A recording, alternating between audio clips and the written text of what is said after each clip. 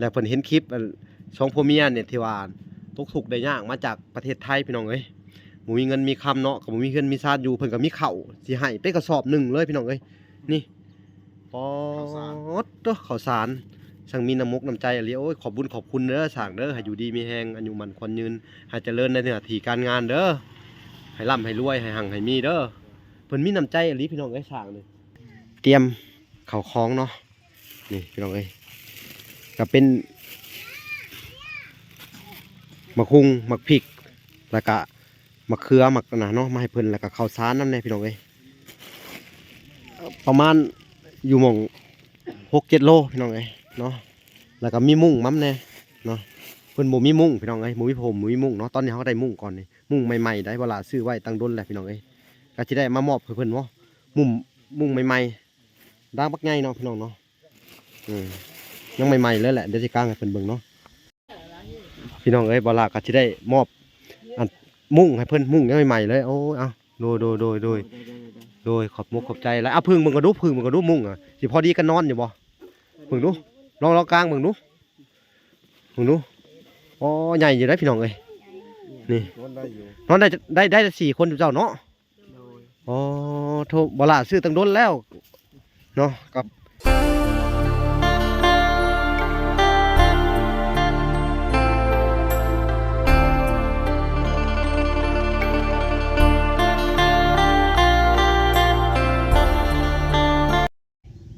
ครับสบายดีพ่อแม่พี่น้องเบิดสุขคนเนาะก็ยินดีเข้าสู่ช่อง YouTube เบาหลาสายบุญคุณธรรมคือเก่าพี่น้องเอ้ยทักทายสบายดีเนาะ FC ทางฝั่งไทยและ FC ทางฝั่งลาวและ FC ทางต่างประเทศนำเด้อพี่น้องเอ้ยเนาะเอาสบายดีพ่อแม่เนาะอยู่ทางเมืองนอกเมืองนาพี่น้องเอ้ยเนาะว่าจะหับส้มอยู่มองไหนแจ้ใดพี่น้องเอ้ยทุกมุมโลกเนาะคนลาวเราอยู่ทางต่างประเทศพี่น้องเอ้ยว่าจะอยู่ทางในและต่างประเทศพี่น้องเอ้ยเนาะก็มื้อนี้บ่ลากก็จะได้ไปติดตามเบิ่งอันเคสของอันสองผัวเมียพี่น้องเอ้ยเนาะที่ว่าเพิ่นถือขายอันอายุตั้งแต่16 ปีพี่น้องเพิ่นว่าเนาะแล้วก็กลับมาก็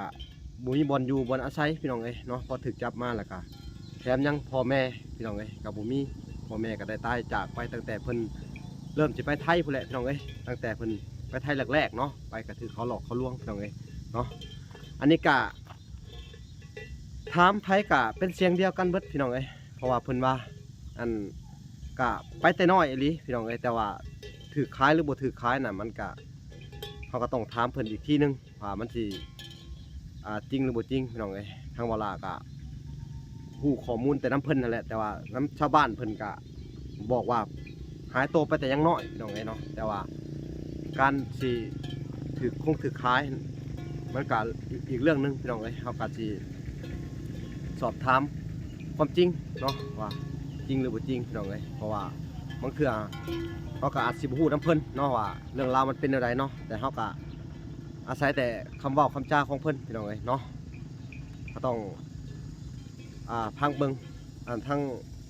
เพิ่นนั่นแหละว่ามันจริงหรือบ่จริงพี่น้องเนาะแต่ว่าทางบ่ล่ะก็สงสารเพิ่นอีหลีบ่มีหยังพี่น้องเอ้ยแต่ว่า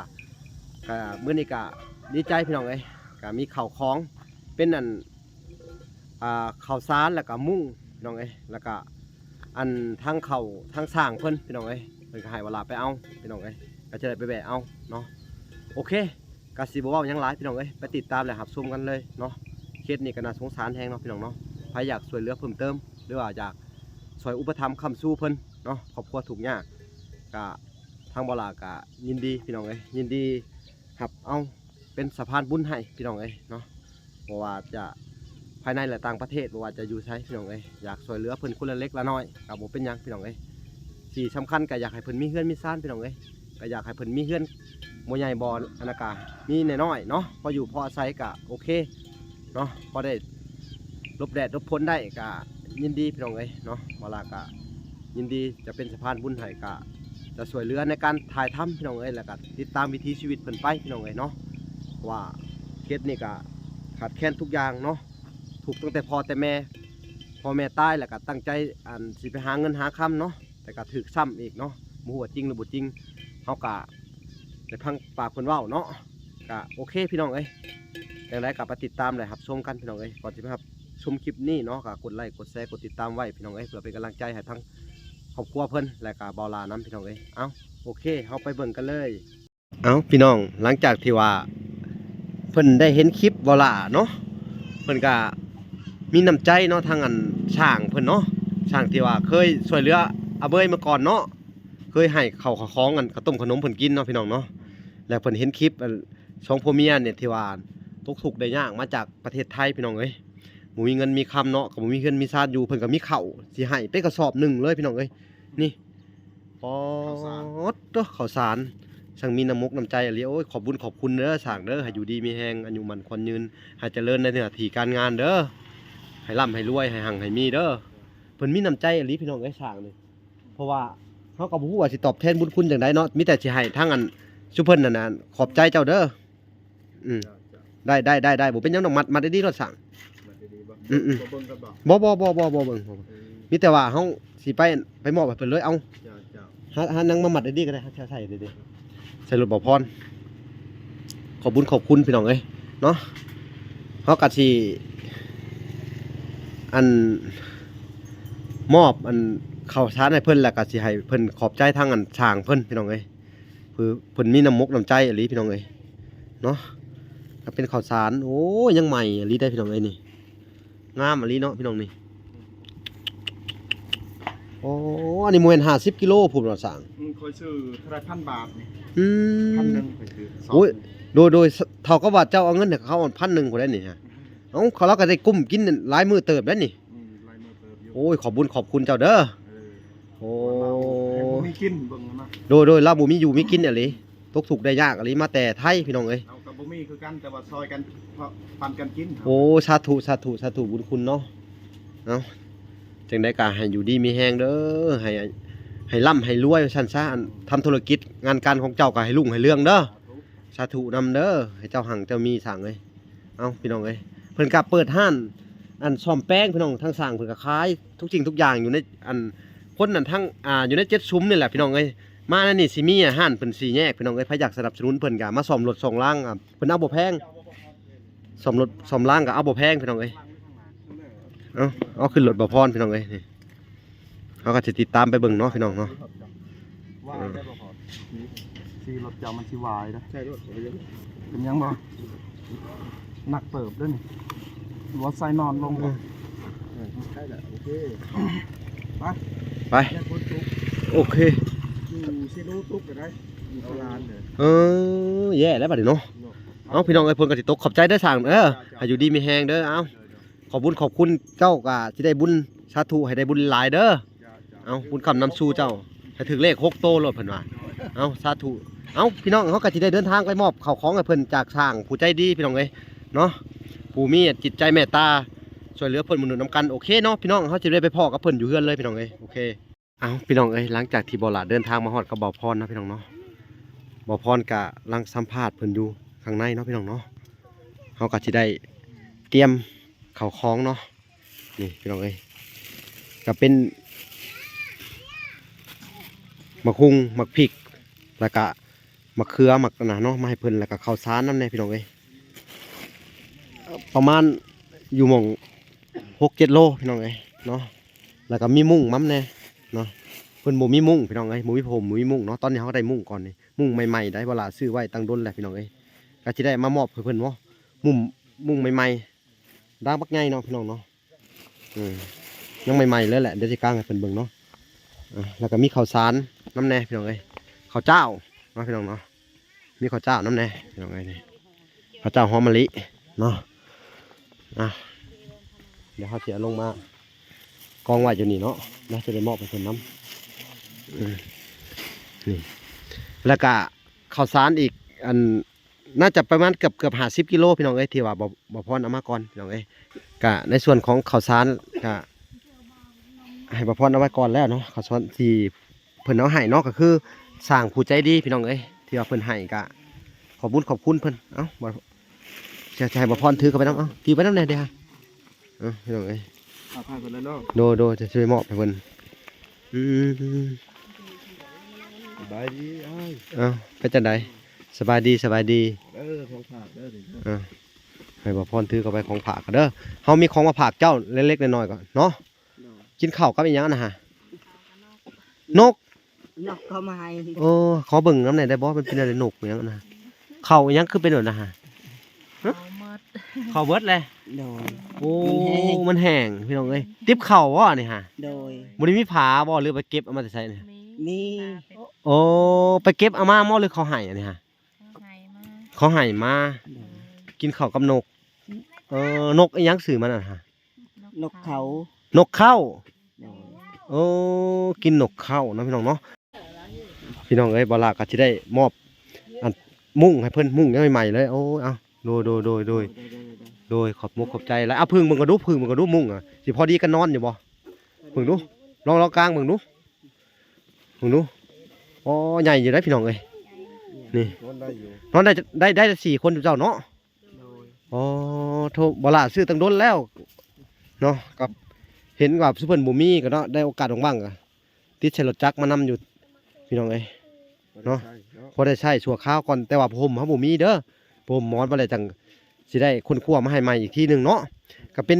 ข้าวสารหมักพริกแป้งนัวเนาะบ่พอเนาะเป็นข้าวสารอันหยังก็ได้กินหลายเติบก็มีผู้ใหญ่เพิ่นให้ในอันสร้างซ่อมรถน่ะนะเนาะบ่พอเนาะเพิ่นก็ให้บ้านเอ้าเห็นเพิ่นเบิ่งคลิปเจ้าแล้วเพิ่นก็โอ้สงสารอะลิ ขอบใจผู้ใหญ่ดีมาให้เด้อ ฮะ ขอบใจหลาย โดยขอบใจช่างเพิ่นเด้อก็คนอันแถวบ้านเดียวกับชุบเจ้านี่แหละเด้อเพิ่นเห็นเพิ่นก็ซ่อมรถเพิ่นก็ ๆให้เขาลำให้ก็รวยแล้วแหละ โดยเอ้าโดยอันนี้กันในส่วนของเบาหลาเด้อนั่นหลาก็บอกพรเด้อเอาพี่น้องเอ้ยก็ได้มามอบมาอะไรเพิ่นเลยกับลูกกันนุ่งเสื้อไปให้ก่อนเอานุ่งเสื้อก่อนเป็นอะไรเสื้อฮะ เสือตัวเดียว เสื้อตัวเดียวฮะบุมีเสื้อเปียกเสื้อตัวเดียวหันบ่โอ้เปียกกันนุ่งให้แล้วก่อนมันเปียกกันนุ่งให้แล้ว ลูกอาใส่เสือลูก ถ้าเสื้อก่อนพี่น้องโอ้เสื้อตัวเดียวเปียกข้ามพี่น้องเอ้ยขอโทษขออภัยนำเสื้อตัวเดียวพี่น้องเอ้ย ใส่เสือลูกเร็ว มันคาเสื้อเปียกแล้ว เสื้อเปียกแล้วบ่ใส่เลย บ่ใส่ เสื้อตัวเดียวนี่บ่ถามอันนี้เนาะ โดย เบิ่งพี่น้องเอ้ยสิเบิ่งอยู่นี่หรอบ่ได้มีอีหยังใดเนี่ยเนาะบ่มีอีหยังเลยได้พี่น้องเอ้ยนี่ฮะยังใครแต่ว่าได้ผ้ามุ้งอันนี้เนาะเขาให้เนาะหลังจากที่มาถ่ายแรกๆเพิ่นก็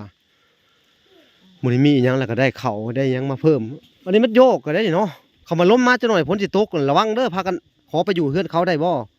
โดย เนาะเฮือนอันทางนี้ก่อนเนาะเวลาผ้าแตกผ้าห้องสิพากันอยู่สิเด้ออันตรายได้เวลาผ้าลงมาต้นไม้อีกพี่น้องเอ้ย ต้นไม้ใหญ่น้ำแน่พี่น้องเอ้ยนี่ปาโธเวลาฝนตกแห้งมานี่ขอไปอยู่น้ำเขาเด้อนี่เฮือนหลังนี่ก็ได้นี่พี่น้องเจ้าละว่าเฮือนนี่หรือใดๆหึโดยเอ้าขอไปอยู่น้ำเพิ่นเวลาฝนตกผ่าลงก็เด้อ โดย อยู่ภาษีไปก่อนเอ้าคำว่าจักเสียจังได๋บ่ล่ะก็สิพยายามมาถ่ายเรื่อยๆเนาะก็มีคนอยากซอยก็สิมาอันแจ้งข่าวดีถ้ามีผู้อยากซอยเหลือหยังเก่าก็เด้อ ถ้าบ่มีแล้วเฮาก็อยู่บ่สิแล้วไปก่อนเนาะจักสิเฮ็ดจังไดเนาะว่าราคาสิช่วยทำที่ช่วยได้พี่น้องเอ้ยเนาะต้นทุนก็บ่หลายเนาะก็สิให้มาเท่าทุกเบื้องต้นไปก่อนทางบ่ลาบ่พรก็บ่มีหยังพี่น้องเอ้ยเนาะก็อันปัจจัยผู้ใหญ่ก็ต้องถามเพิ่นเบิ่งอีกทีนึงเนาะว่าเพิ่นก็มีอยู่ดอกอันเพิ่นก็ฝากมาไว้ให้อยู่แล้วเฮาก็ต้องสอบถามเพิ่นเบิ่งว่าเพิ่นสิให้บ่นะจังไดเนาะก็ยังบ่ฮู้ ปัจจัยเพิ่นก็ผากมาไว้อยู่ดอกกับบ่หลายบ่หลวงบ่หลายไอ้ดำล้าน2ล้านนี่แหละแต่ก็บ่ฮู้ว่าเพิ่นสิให้ผู้ใดแม่นบ่แหละถ้าเจ้ามีบุญก็สิได้เนาะถ้าบ่มีบุญก็เพิ่นอาจสิให้คนอื่นก็แล้วแต่ดวงชะตามันถูกกันเด้อเฮาก็บ่ว่าเพิ่นได้พี่น้องเอ้ยเนาะแล้วแต่เพิ่นอยากให้ผู้ใดก็ได้เนาะแต่ว่าคนทุกข์คนยากมันก็หลายอีหลีหลอจักสิเฮ็ดจังไดทั้งบ่ล่ะก็เห็นชุบเจ้านี่ก็อุกใจอีหลีพี่น้องเอ้ย ก็ได้มาซอยทำที่ซอยได้ไปก่อนมันเท่าถูกเบื้องต้นไปก่อนเด้อเป็นอะไรดีใจอยู่บ่ ก็ดีใจอยู่ ได้กินมันเท่าถูกชั่วคราวก่อนเนาะ โดย ถึงแม้สิบ่หลายพี่น้องเอ้ยกับอันนั้นก็ทั้งสร้างเพิ่นก็ใจดีพี่น้องเอ้ยทั้งสร้างซ่อมรถเพิ่นก็ให้เข้ามาพอดีเลยเพิ่นเบิ่งคลิปโอ้ยมาเอาแน่เพิ่นว่าเข้ากระสอบนึงเพิ่นว่าสิให้เพิ่นว่าให้เขาพอได้กินมันเท่าถูกแล้วก็เวลาก็ซื้อเพิ่มเติมเข้าไปเพิ่มอีกกันเด้พี่น้องเอ้ยก็เป็นข้าวอันนี้ข้าวเจ้าเด้อหุงกินก็ได้เด้อยามเฮาเบิดแล้วเอาตัวนี้เด้อมาตุนเด้อหุงในหนึ่งก็ขึ้นดอกเพราะ เด้อ โดย โอ้เนาะหลังจากที่ว่ากลับมาจากถอกจากไทยพี่น้องเอ้ยเนาะถึกจับว่าซั่นซะเนาะเราก็ได้เนาะเป็นคนที่โชค โดย บ่ดีอีหลีเว้าง่ายใช่ตั้งใจสิไปหาอันอิหยังจังว่าตั้งใจสิไปหาเงินแต่งงานสองคนนี่เนาะ โดย ต่างคนต่างบ่มีพ่อบ่เจ้านี่ ต่างคนต่างบ่มีนั่นแหละ เจ้าก็บ่มีพ่อมีแม่บ่เอ้อ โดยบ่มี เออเจ้าก็บ่มีเนาะ โดย ปาดพี่น้องเอ้ยเนาะไปก็ได้พูดคุยกับอันเมียเนาะว่าสิไปหาเงินแต่งกันเนี่ยเนาะ โดย แล้วก็มีคนชักชวนไปผู้นี้เลยบ่อันที่ว่าอันถือเขาขายครับนะพอถือเขาขายปุ๊บนี่เฮาเฮ็ดงานอันเอาเฮาจำได้บ่ตั้งแต่มื้อแรกที่เฮาเข้าไปในหันแหละเป็นแนวใดสถานการณ์เพิ่นว่าจังไดแน่ ก็ว่าเงินก็ได้ดอกว่าบ่ต้องยานดอกว่าบัดอยู่เป็นอาทิตย์2อาทิตย์ก็ให้เทื่อละ200 อาทิตย์ละ200 โดย 200แต่พุ่นมาตลอดเลยบ่หรือว่าบัตรเขาให้บัตรเขาบ่ให้อยู่สิบ่ บัดก็ให้ก็ให้ ให้บัดเขาบ่ให้ แล้วเฮาเคยถามบอกค่าแรงเฮาสิได้บ่ก็สิ ก็ว่าบ่ต้องห่วงดอกเดียวก็ได้ดอกว่า โอ้ตัวเฮาไปเลยๆอะสิ โดย อ่ะแล้วเฮาสะเอะใจบ่แหละเฮาอยู่ได้แล้วจึงอยู่ได้เป็น10 20ปี เฮาก็บ่มีทางไป เออ บ่มีญาติพี่น้อง แล้วเฮา โทรศัพท์ก็บ่มี แล้วก็ออกบ้านเขาบ่ได้นี่บ่หรือแนวใดเว้าให้ฟังใหม่มึงดู ก็ออกไปบ่ได้ไปใส่ก็บ่ได้เขาก็ปิดไว้เนาะล็อกไว้หน้าบอกหน้าบ้าน โอ้ อยากซื้อของก็พากเอา โอ้ คนแถวนั้นแหละ เธอ เขาชวนว่าไปตลาดบ่ไปบ่ได้ก็เลยพากน้ำเข้าเงินเดือนละ200นะก็ให้ ถ้าเวลาเฮาคิดสิออกเพิ่นให้เฮาบ่น่ะคนเฒ่าแก่หรือเป็นแนวใดเว้าให้ฟังดูต้นปลายสาเหตุนี่ก็คืองง จ้าแล้วอันนี้ค่อยก็ ให้เขาบ่ให้ออก เขาให้เลยให้ทุกเจ้านี่บ่ เขาบอกว่าบ่ให้ออกนี่ เขาขู่เฮาว่าตำรวจจับจะเท่าซี่บ่แล้วเฮาก็เป็นคนต่างดาวนั่นแหละเนาะย่านแล้วบัดสิเนาะ ยาน หรือว่าทุกเจ้าแบบว่าย่านในความย่านแล้วก็แบบว่าครับเฮาใจบ่ถึงแน่เนาะ โดย บ่กล้าที่จะคิดจะออกไปใช้ คิดว่าเฮาเป็นเด็กน้อยแล้วก็ยาน แต่กี้แต่เป็นเด็กน้อยย่านมาเลย โดย ปอ เมื่อยทนแล้ว เธอ เขาก็เฮ็ดอะไรก็เอ้าเฮ็ดอะไรก็บ่มีเงินทางกลับแล้วก็ให้ตำรวจจับส่งมาไปบ้านดีกว่า และเฮาได้วางแผนกับเมียว่าจังได๋ก็ต้องงัดประตูออกบ่หรือเลยใด โดย ออกแล้ว ถ้าบ่งัดออกประตูบ่ได้ออกบ่ได้ฮอดเอื้อนแล้วบัดนี้ เออเฮานี่บ่เป็นหนังสือเลยบ่หรืออะไร บ่เป็น บ่มีความรู้หยังเลยบ่ บ่โดย อ๋อ เมียก็บ่เป็นผัวก็บ่เป็น แสดงว่าอ่านอีหยังก็บ่ได้อ่านก็บ่ออกเขียนก็บ่เป็นเนาะ โดย แล้วก็เป็นคนที่แบบว่าคล้ายๆคือแบบเขาเว้าจะได้ก็เชื่อเขาสิซะนะ โดย เนาะ เขาอยู่ให้อยู่ก็อยู่ไปเรื่อยๆสิเนาะ โดย โอ้ยพี่น้องเอ้ยเกษตรจังไดบาทนี่เนาะเป็นเรื่องราวที่เศร้าหลายพี่น้องเอ้ยเนาะจักสิว่าจังไดนำเนาะก็ผู้ที่กลับมาเฮือนแหละก็บ่มีหยังเลยบาทนี่เนาะ โดย ก็คือจะเว้าตะกี้หานพ่อแม่ตายเบิด2คนบ่จังนั้นจังได๋ว่าจะได้ตัดสินใจพากันไปนี่เนาะ โดย เป็นลูกกำพร้ากำพร้อยอันเอากันเองเนาะแล้วบ่มีอันเงินขาดองตัดสินใจว่าจะพากันไปหาเงินบัดถึกขายพี่น้องเอ้ย โดย เนาะจนได้20กว่าปีจะได้กลับมาก็มีลูกมีเต้าเบิดเลยเนาะ โดย มีลูกมีเต้า2คนเลยพี่น้องเอ้ยป้าดเถอะเรื่องราวก็น่าเศร้าพี่น้องเอ้ยและอันหวดมวยนี่มื้อหนึงนี่ก็มีนะมื้อหนึงเนาะอันนี้มีนะเฮาเห็นมาหั่นเนาะ โดย มวยนี่มีแล้วบ่มื้อหนึงเขา บ่มีขาดมาแล้วอันนั้นใช้สิไปเบิ่งป้าพายเบิ่งหน่อย นึ่งเทาอยู่ ไปหนึ่งแล้วย่างไปพี่ก็ได้เอ้าเอาไปเบิ่งก่อนเป็นอะไร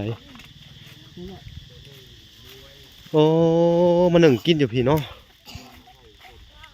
ชาวบ้านบ่ให้นี่ อันนี้ของชาวบ้านวัดพวกนี้บ่แม่นของเองดอก โอ้สบายดีบ่พร โดยสบายดี ของชาวบ้านเบิดได้บ่พรเลยเนี่ยเอาให้ วันนี้ เนาะ ตนเพิ่นเอาให้เนาะโดย อันนี้แบบของเขาใช้แล้วเนาะมันก็เก่าแน่เนาะ โดย ของเก่าเพิ่นเอาให้เนาะขวดนี่ก็ของเก่า ไปยืมเขามาเมื่อกี้เนี่ย ฮะ ไปยืมเขาเข้ามา เอามื้อหนึงนี่ได อัน เคียงไปยืมเขามาปอ ของ เธอ เจ้าของบ่มีอะไรยักอย่าง บ่มีหยังจักอย่างเลยบ่มีอะไรจักอย่างเลยอ๋อแบบจะอยากติดเว้าไทยอยู่เนาะ ไปอยู่ไทยโดนเลยชนร้ายนี่เว้าไทยบ่ปกติไปเว้ากับเฮ็ดเฮียนี่ทางใต้ เออ ไทยตลอด จนอยากลืมเลยภาษาเราถึงเราเท่งเราซาลาวก็จะอยากลืมหมดเลยเนาะ โดย ลูกนี่เว่าไทยบ่ปกตินี่ ลูกบ่เคยได้เว้าลาวมีแต่เว้าไทยนะ เว่าไทยเลยเนาะอันนี้ไปอันนี้อยู่ที่ไหนลูกรู้จักไว้รู้เปล่า ไม่รู้ ไม่ อื รู้ มไม่รู้ อยากกลับ ไหม อยากกลับไทยเปล่า ใช่ ฮะ ใช่ กลับไทยอ๋อว่าลาวได้บ่ เว้าลาวด้วยลูกเว้าเป็นไหม ไม่ว้าว ไม่เว้าจังได๋ พี่น้องเอ้ยก็แบบว่าลาวนี่ฮู้บ่ฮู้เรื่องอยู่บ่ ฮู้อยู่ ก็ว่าชื่อเจ้าและพาสอนเว้าตะกี้เนาะแล้วก็เฮ้มีคนไทยนํกันบ่อยู่ตัวที่เจ้าอยู่อะ บ่มีแต่คอยสองคนผู้เมียนั่นแหละแต่ว่าเฒ่าแก่นั่นให้เว้าภาษาไทยว่ะอย่าไปใส่มันคล้องนั่นนะว่ะ อ๋อแล้วก็เลยสอนลูกสอนเต้าเว้าเนาะ โดย พี่น้องเอ้ยนี่พี่น้องเอ้ยแค่มาใส่ดินเขาอยู่เนาะ โดยเอามาใส่พึ่งน้ำเขา อ๋อโด ลงมีก็บ่คอเขาเขาน้ำน้ำเขาแล้ว คือเสื้อนี่ตัวเดียวเลยเนาะว้าพี่น้องเอ้ยก็จะสงสารอยู่พี่น้องเอ้ยเดี๋ยวสิหาอันเบิ่งเสื้อมาให้เด้อ โดย รอบหน้ารอบในเนาะเขาได้ลงกลับบ้านก่อนพี่น้องเอ้ย โดย ลงบ้านจะได้หาเพิ่นมาให้เพิ่นเนาะเอาพอได้ใส่ไปก่อนเนาะชั่วคราวเนาะเป็นเสื้อกับบ่หลายดอกพี่น้องเอ้ยคำสิเลือกเบิ่งถุงเสื้อบ่หลายพี่น้องเอ้ยเนาะ อันนี้เป็นบ่สบายเป็นไข้ก็ เป็นไข่อีก อาทิตย์2อาทิตย์แล้วว่าคอย เป็นไข่อันไหน โดย ไข่ คืนไอก ลางคืนไอ เบิ่งนี่ปากหมดแล้วเปลือย เปื่อยว่าแหละผมมียากินเลยเนาะ โดย อืม บ่มีเงินซื้อกิน โอ้ นั่นแหละก็ว่าซื้อกินยากินยาแน่สิเอาหยังซื้อ 5,000 กีบก็ยังบ่มี 1,000 กีบก็ยังบ่มี อืมแม่น ลูกก็เบิ่งทุกหมด2คน อืม คอยอีกอย่างบางคืนเขานอนแล้วนี่ก็ไม่ได้นอนแล้วไอก็อากาศมันเย็น พอห่มนี่คือบ่มีเลยเนาะห่ม บ่มี อืม แต่ใครแน่ยามนี่มันแบบมันฮ้อนนะ เอาสู่ไปเด้อสู่ไปก่อนเนาะเอาพี่น้องเอ้ย โดย กับครอบครัวนี่ก็ลำบากสุดๆเนาะบ่แตกต่างหยังจากอาเบยพี่น้องเอ้ยเนาะกับวิงวอนผู้ใหญ่ใจดีพี่น้องเอ้ยไปจากซอยเพิ่นเอาบุญเอาทานพี่น้องเอ้ยหรือว่าซอยในการซื้อผ้าหอกผ้าห่มเนาะความพันของเฮาอยากได้เฮือนอยู่บ่ ก็อยากได้อายแต่บ่มีเงินเฮ็ดเนาะ แม่น อยา อก ยู่ ได้บ่ใหญ่ก็น้อยก็ยังดีพ อ๋ อ อ มีแบบสบอกสวรรค์เขาก็ว่ามีเฮือน แต่อยากได้อยู่แต่มันบ่มีเงินเฮ็ด โดย ในความพันของเฮาสุดๆนี่อยากได้อีหยัง อยากได้เฮือนพอได้อยู่อยากสบายคือเขาว่าฝนตกอันนั้นก็บ่ได้เปียกบ่ได้หยัง พาให้อยู่สบอกสบายลูกนะ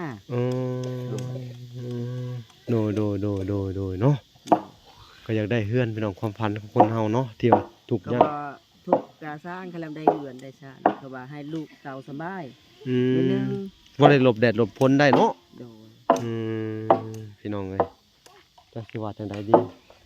เอ้าจะได้กระสู่ไปเด้อ โดย เป็นกำลังใจให้เจ้าพี่น้องเอ้ยจักสิว่าจังไดเป็นกำลังใจให้เพิ่นนี่แหละจักสิเฮ็ดจังไดพี่น้องก็จะได้เฮือนได้ซ่านกะสู่ไปก่อนเด้อเพื่อผู้ใหญ่เพิ่นอีดูสงสารเพิ่นกะผู้เพิ่นมีเงินมีคำเพิ่นอยาก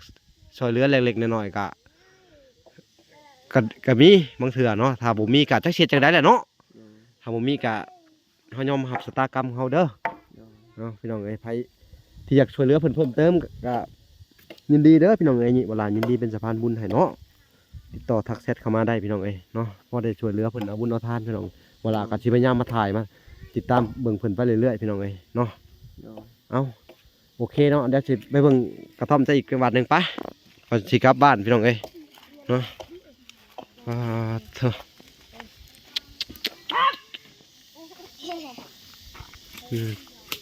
เห็ดนี่เนาะนี่ ไปเลย น้ำกินน้ำใส่นี่บ่ได้มีเด้อเนาะ บ่มี โอ้ยเนาะพี่น้องเอ้ย ขอกินน้ำข้าวเลย ลำบากลำบนหลายแล้วสิจะได้น้ำใช้นี่เขาไปเอาใช้ขู่ค้างกะละมังก็ยังบ่มีเลยเนาะ บ่มี เปรียบเสมือนแบบว่า โดย แบบคล้ายๆคือแบบไผใหม่เบิดทุกอย่างนะซ้ำว่าอันนี้คือกันบ่มีหยังเลย โดย คล้ายๆคือสร้างครอบสร้างครัวใหม่เลยเนาะ โดย ที่แท้ก็สร้างหลายปีแล้วพี่น้องเอ้ย โดย แต่ว่าบ่มีโอกาสสิได้หาเงินหาคำพอไปถึกคือขอกถือคายไปซั่นแหละเนาะเฮาก็บ่เคยเห็นดอกพี่น้องเฮาก็มาเห็นครั้งแรกนี่แหละในชีวิตก็บ่ได้เคยคิดว่าสิมีแบบนี้เนาะ โดย ลูกก็ผู้ชายเบิดบ่ลูกนี่ผู้ชายเบิดสองเนาะวางแผนชีวิตไว้ก็มีแต่อยู่ไปสิแหล้วเนาะ โดย อยู่ไปก่อนพี่น้องมีแป้นมีหยังปูก็ยังดีจะมีแป้นปูเนาะ